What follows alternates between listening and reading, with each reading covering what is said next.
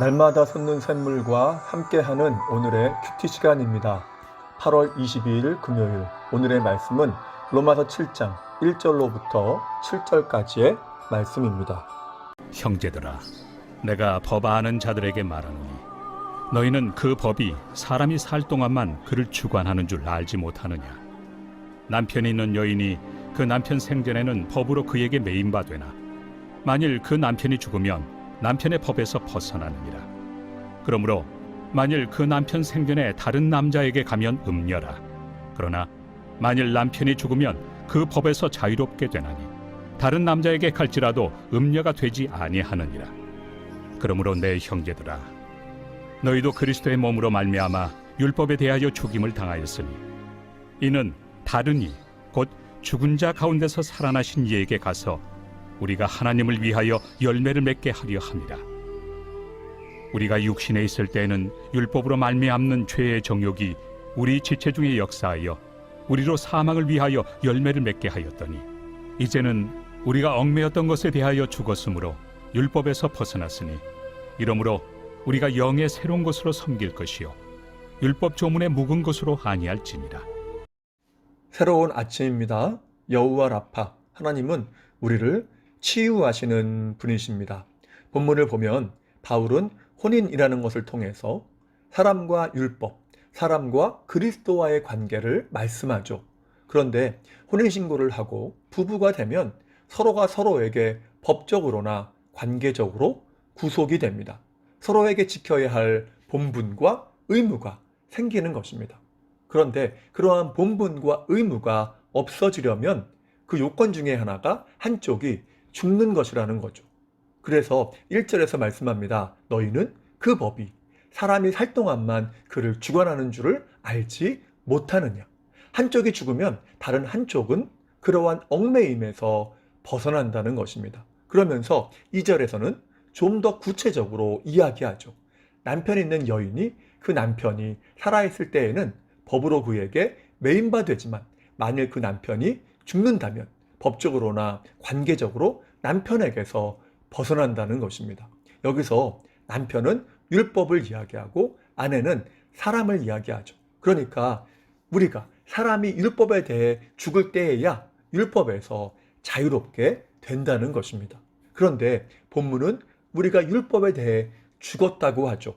어떻게 죽었습니까? 4절을 보니까 그리스도의 몸으로 말미암아 죽임을 당했다고 합니다.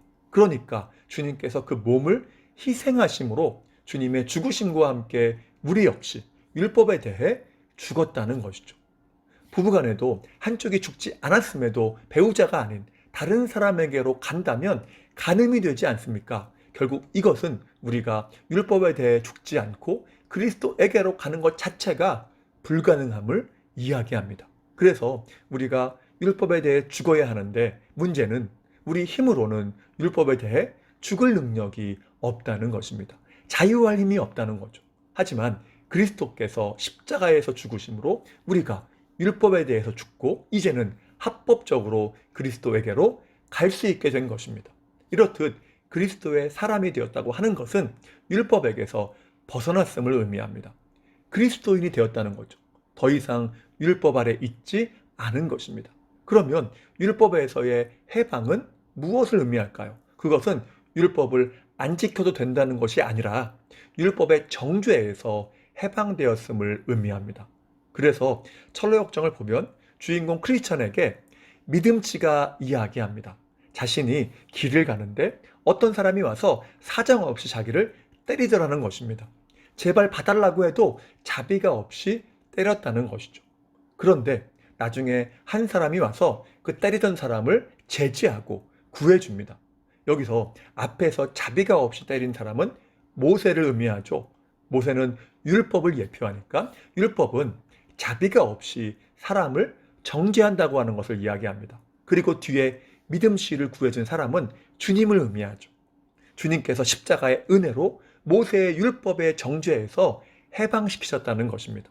이렇듯 우리는 십자가의 은혜로만 율법의 정죄에서 벗어난다고 하는 것을 말씀하고 있습니다. 그렇다면 우리로 율법에서 해방되게 하신 목적이 무엇입니까? 율법에서 벗어나서 그리스도 안에서 하나님을 위한 열매를 맺게 하려고 한다는 것입니다. 그렇습니다. 크리스천이 되었다면 열매를 맺는 것은 너무나 당연하고 중요합니다. 성경은 끊임없이 구원받은 자가 맺어야 할 삶의 열매에 대해서 이야기하죠. 에베소서 2장 10절에서 이렇게 말씀합니다. 우리는 그의 만드신 바라 그리스도 예수 안에서 선한 일을 위하여 지으심을 받은 자니. 여기서 만드신 바라는 것은 예수 그리스도의 십자가를 통한 재창조를 이야기합니다.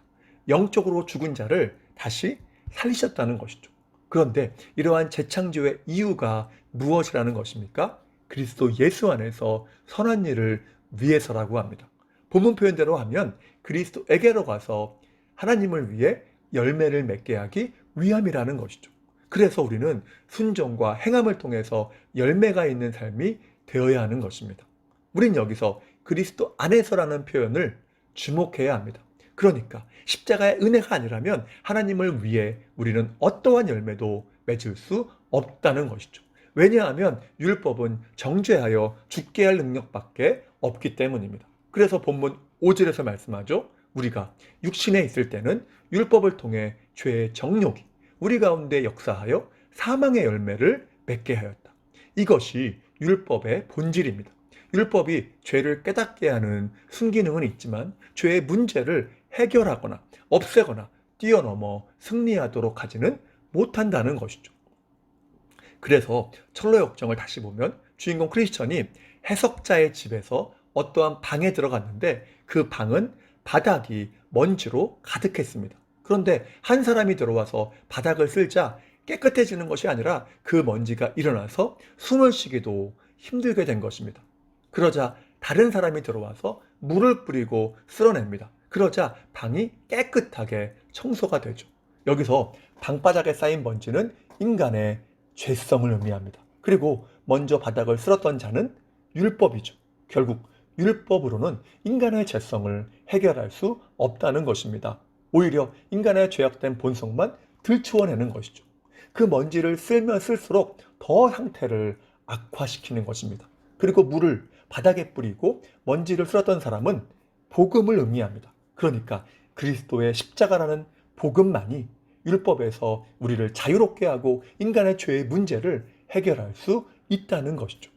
비록 우리에게 죄의 영향은 계속 미치고 있지만 성령을 통해 주어진 십자가의 은혜와 능력이 우리로 말씀을 순종하기 위해서 몸부림치게 하고 승리하는 원동력을 제공한다는 것입니다. 그래서 그리스도인은 죄와의 싸움이 힘든 것이지만 항상 소망이 있는 것이죠. 자, 그렇다면 율법의 매인자와 그리스도인은 그 삶이 어떻게 다를까요? 율법의 매인자는 심판이 두려워서 순종합니다. 심판이 두려워서 억지로 순종하는 것에 기쁨이나 즐거움이 있겠습니까? 집에서도 부모님이 무서워서 억지로 순종하는 자녀는 그 순종하는 것이 즐겁지도 않고 순종하는 것 자체가 힘든 것이죠. 그러나 율법에서 해방된 참된 크리스천은 심판이 두려워서가 아니라 날 위해 십자가 지신 주님의 은혜가 너무 감사하고 행복해서 순종하고 섬기며 헌신하는 것입니다. 이제는 그 아들을 보내신 하나님의 영광을 위해서 기쁨으로 섬기며 살아가는 것이죠. 이것이 율법의 정죄에서 해방된 자의 모습인 것입니다. 그러므로 이제는 6절 말씀처럼 영의 새로운 것, 곧 성령을 통해 주시는 십자가의 은혜로 신앙생활을 해야 합니다. 율법에 얽매이는 자는 어떠한 은혜도 없는 것이죠. 그래서 필요한 것이 무엇입니까? 성령 충만입니다. 그 이유는 성령을 통해서만 십자가의 모든 은혜가 주어지며 율법에서 자유롭게 되기 때문입니다. 그래서 고린도후서 3장 17절에서 분명히 선포하지 않습니까? 주는 영이시니 주의 영이 계신 곳에는 자유함이 있느니라. 성령이 계신 곳에 십자가의 복음이 있고 그 복음이 있는 곳에 율법에서 자유하게 되는 역사가 나타난다는 것입니다. 그러므로 우리가 성령께서 주시는 자유함으로 하나님을 섬기기를 소망합니다. 율법에 매여 있는 자는 그러한 사람의 특징은 내 의를 위해서 내 힘으로 하려고 한다는 것이죠. 그러면 하나님을 섬기는 것이 얼마나 힘들고 어렵겠습니까? 그러나 성령을 통해 자유하게 된 사람은 오직 십자가의 은혜에 잇대어서 그 은혜로 행하며 살아가는 것입니다. 그러면 하나님을 위해 순종의 열매를 맺으며 사는 것 자체가 즐겁고 행복하게 되는 것이죠. 그러므로 다시는 율법의 종의 멍에를 매지 않고 성령께서 주시는 십자가의 은혜로 섬길 때에, 하나님을 섬겨나갈 때에 기쁨과 즐거움으로 순종하고 하나님을 위한 열매를 많이 맺는 복된 삶 되시길 주님의 이름으로 축복합니다. 기도하겠습니다. 사랑과 은혜가 충만하신 여호와 하나님, 감사합니다. 우리가 주님의 십자가의 은혜로 율법의 정죄에서 자유롭게 되었사오니 이제는 성령께서 주시는 십자가를 붙잡고 믿음에 굳게 서서 다시는 율법의 종의 멍에를 맺지 않게 도와주옵소서.